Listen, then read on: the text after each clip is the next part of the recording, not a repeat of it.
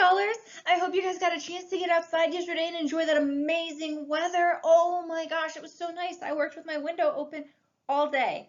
So today we are on to lesson 2 of our new domain, all about frontier explorers. Today, lesson 2 is titled Crossing the Appalachian Mountains. Crossing the Appalachian Mountains. So we're going to real quick go over how we're going to go through this lesson today, which is pretty similar to how we've gone through our past ones.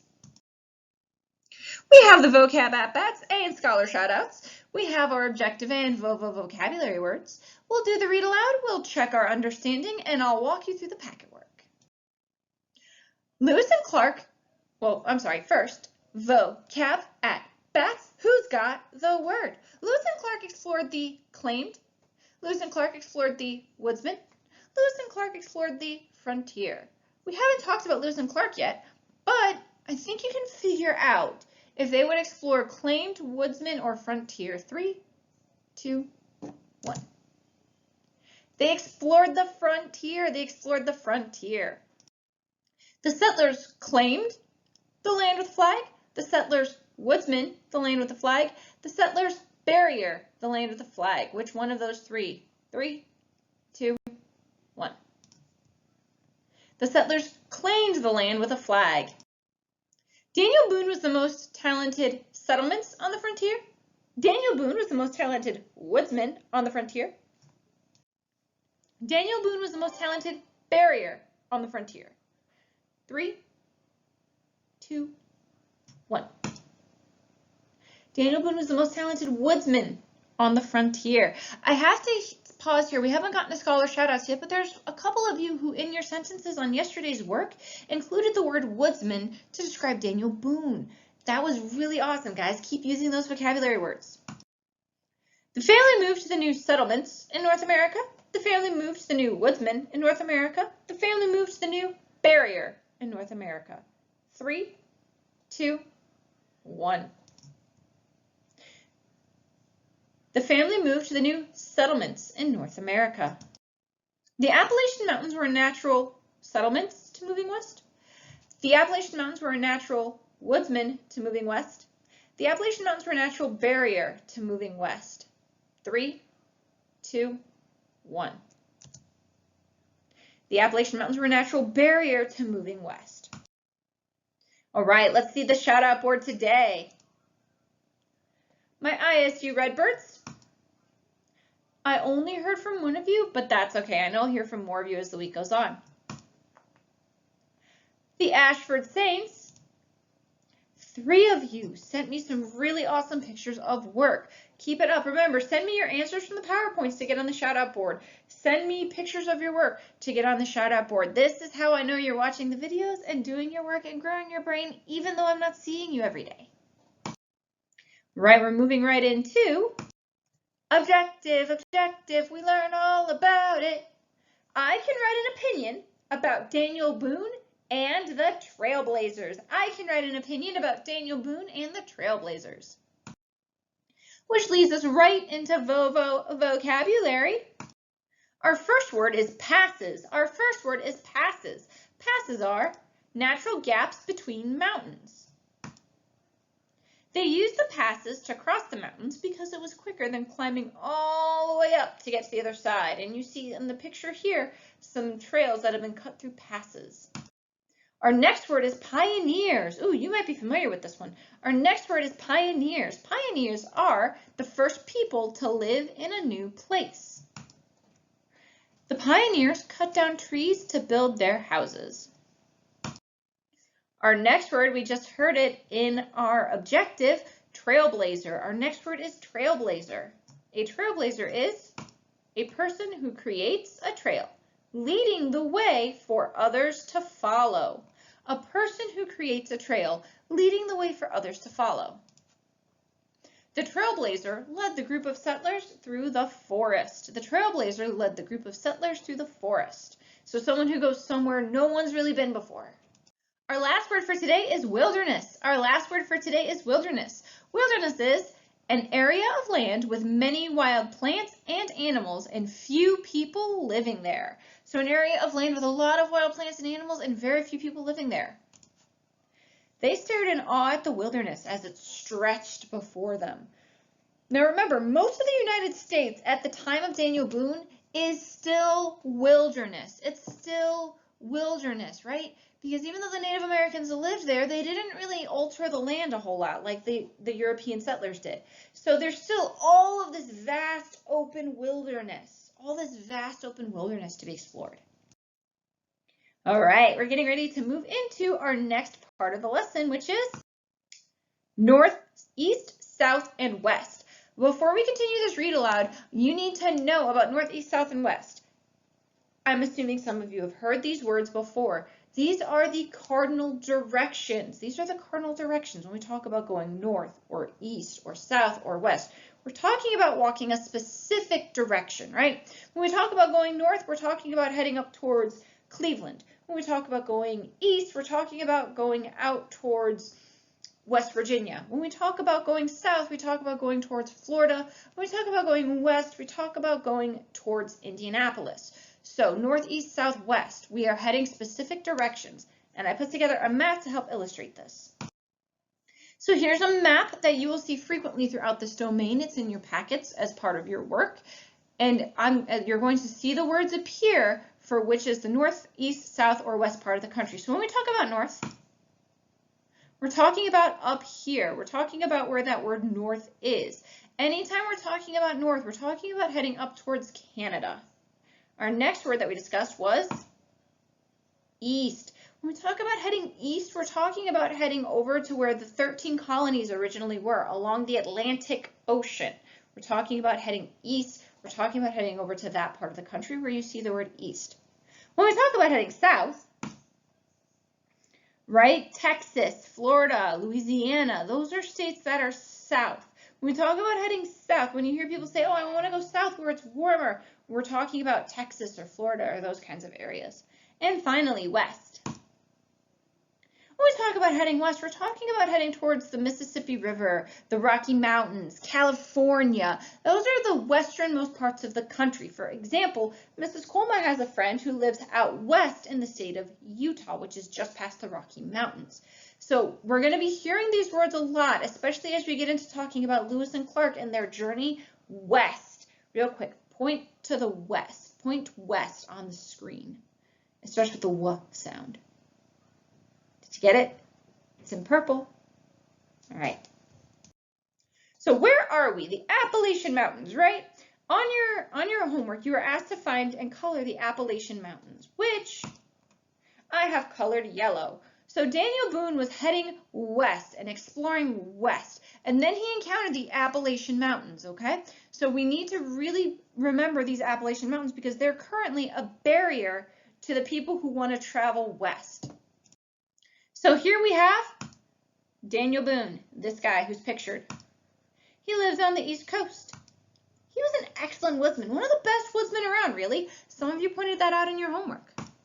He wanted to go west, but those mountains are pretty big. I mean, they're pretty big, and they're covered in woods. So what comes next? What is he gonna do? Those mountains are huge. They're covered in woods. They're a barrier. How do we get past these mountains?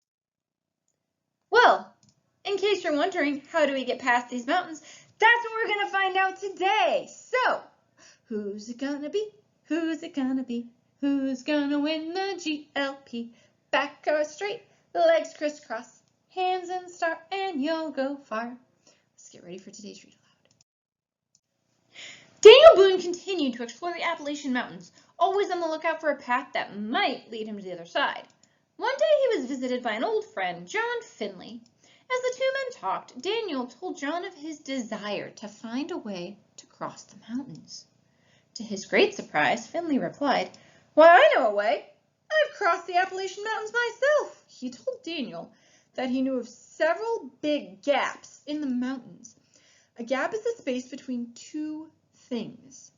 I bet Daniel's face looked like this when he found out about how to cross the Appalachian Mountains. I bet his face looked like, oh, I bet he looked shocked. Formed by rushing water years ago, the natural gaps or passes through the mountains had been trampled down first by buffalo and later by Native Americans. passes make it easier to cross mountains rather than climbing straight up to get to the other side. One pass was not too far from where Daniel Boone and his family lived. It's in Virginia, and it's called the Cumberland Gap, Finley told him. It's an old Native American footpath. You can walk or ride horses on a footpath. That's important to remember. When you're using a footpath, you can walk or ride a horse. Boone was delighted. He asked John Finley to show him how to find the Cumberland Gap. Not long after that, the two men set off with 4 other men on a big adventure to find the Cumberland Gap. They walked and rode on horseback for many miles before reaching the beaten path that led up a steep side of the mountain. They spent long days climbing up and up and up. Daniel's skills as a woodsman helped him identify animal tracks and follow the Native American footpath.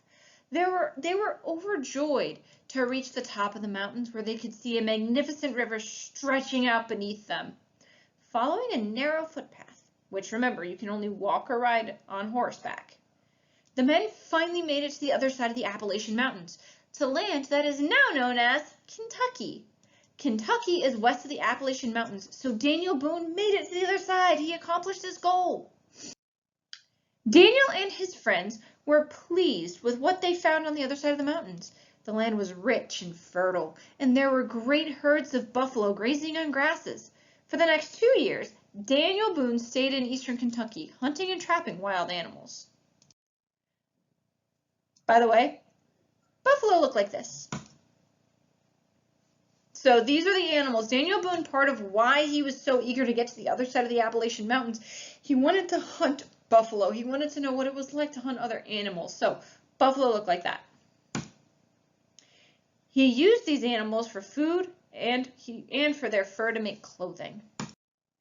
When he finally returned to North Carolina, he was met by other settlers who expressed an interest in leaving their homes in the east and moving westward. These pioneers asked Daniel if he could show them the way across the Appalachian Mountains. Remember, a pioneer is one of the first people to live in a new place. It's not an easy trip, Daniel told them. The forests are dense and there are many dangers along the trail. But the pioneering spirit of these settlers remained strong. 2 years later, they convinced Daniel that they were serious about making the hard and dangerous trip to the lands in the wilderness. The wilderness, as you can see in this picture, refers to land with a lot of wild plants and animals and very few people living there. Often, there aren't really any roads that go there. So Daniel led his own family, along with several other families, back through the Cumberland Gap and into Kentucky. However, the trip proved even harder for families than it had been for the woodsmen. The families were not used to living in the wild outdoors like the woodsmen. Setting up a settlement in Kentucky was more difficult than the pioneers expected, and they were forced to go back home over the Appalachian Mountains. Later, a businessman offered Daniel Boone a job to help widen some of the Native American trails that crossed the Appalachian Mountains. He wanted Daniel to make sure the trails were wider and clearly marked so that the pioneers wouldn't lose their way as they crossed the mountains. Daniel Boone became known as a trailblazer. He helped to open the way for pioneers to move west. He helped widen the Native American trails, making it easier for people to make the journey to the other side of the Appalachians. Daniel Boone gathered together a group of men to help him clear the forest through the wilderness. Together, they worked through the rain, snow, and mud. They used axes to chop down trees and bushes to widen the Native Americans' footpath so the pioneers' wagons would fit. So remember, that footpath is only wide enough for you to walk on or ride a horse on. It's not big enough for wagons, and a lot of these families needed a wagon to carry all the things with them, or they had small children who couldn't really walk a full day, so they needed to get wagons through. They built log bridges across streams. Daniel Boone and the men successfully cleared a trail from eastern Virginia through the Cumberland Gap and into Kentucky. The trail was originally Native American footpaths called the Great Warrior's Path. Later, it became known as the Wilderness Road.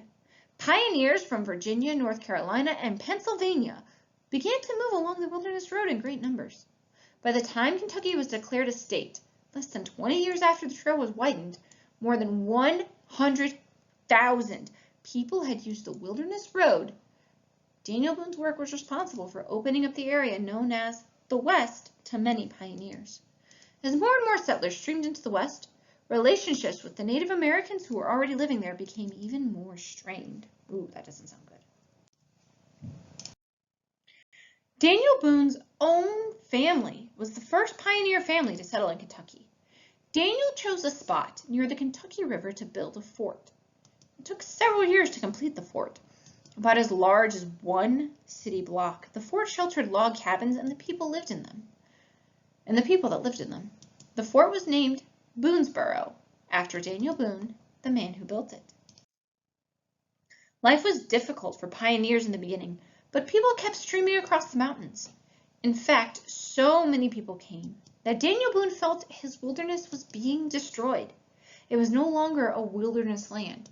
He never gave up his love for the wilderness, and he continued to explore lands to the west of Kentucky until his death at the age of 86. And that is it for our read aloud today. One key thing I want you to take away. Early in the read aloud, it talked about how people wanted to move west.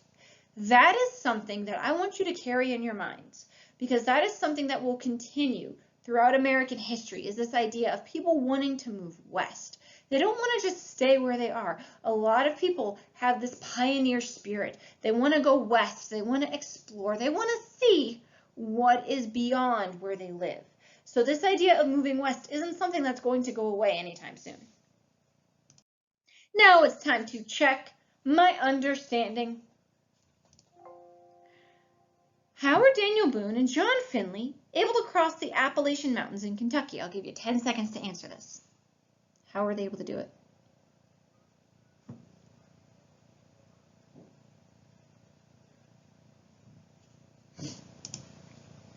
What did Daniel Boone do in Kentucky? What did he do in Kentucky? 10 more seconds.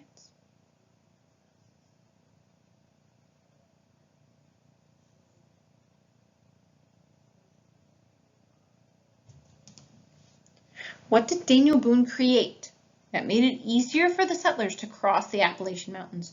What did he create that made it easier for the settlers to cross the Appalachian Mountains? What did they call it? I know you got this.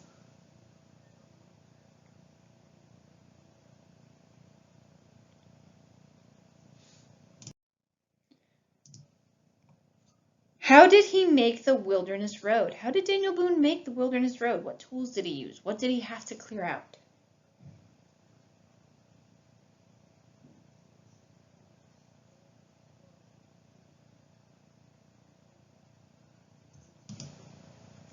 Why was it called the Wilderness Road? Why was it called the Wilderness Road? Why did they call it that?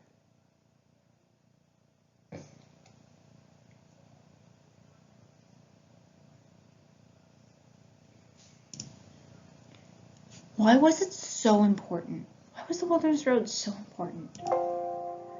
And finally, what does it mean when people call Daniel Boone a trailblazer? Why was it important, but what does it mean when we call him a trailblazer? I want you to text or email this answer to me so I know you watched this video today.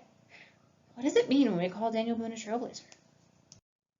And now it's time for our packet work. I'm so excited to see your guys' sentences about this. If you could go back in time, would you want to be a trailblazer like Daniel Boone? Why or why not? So I don't want just yes, I do or no, I don't. I want your reason, okay? If you could go back in time, would you want to be a trailblazer like Daniel Boone? Yes or no, why or why not? So restate. Yes, I would because, Or, no, I would not because, Now this is your opinion. This is your opinion. There's no real right or wrong as long as you're sharing your opinion. Yes, I would want to be a trailblazer like Daniel Boone because I would think it would be fun to go on a big adventure through the wilderness. Or no, I would not because I don't want to do all that physical work, right? Whatever your opinion is, yes, you want to go back in time and be a trailblazer, or no, you don't because why? Don't just tell me yes or no. Tell me why. I want to hear why you have that opinion. What makes that so exciting to you, or what makes that so awful to you? Either one, okay? Would you want to go back in time? Why or why not? And that is it for today, scholars. It has been a terrific Tuesday. I hope you're all home. I hope you're all safe. I hope everyone in your family is healthy. Text me a picture of your work or email me a picture of your work. Or if you text it to Miss Cherkis or Miss Jackson, they'll let me know that you got your work done. But let me know you got your work done so I know you're still working on growing that brain at home. Remember, a couple reminders. Number one, make sure that I get that text of your work. And number two, if you haven't yet, make sure Mom, Dad, Grandma, Grandpa, someone takes your packet to school and picks up a new one, either today between 10:30 and 12:30 or Thursday 10:30 to 12:30. Today or Thursday, turn in your packet and get a new packet for the rest of the year. This is a very odd way to end our year together, but I know you're all at home, safe, working hard. I miss you all so much, and I will see you tomorrow for Wonderful Wednesday, and when we start talking about, Thomas Jefferson has something to do with the opening of the West. So tomorrow we'll hear more about Thomas Jefferson, all right?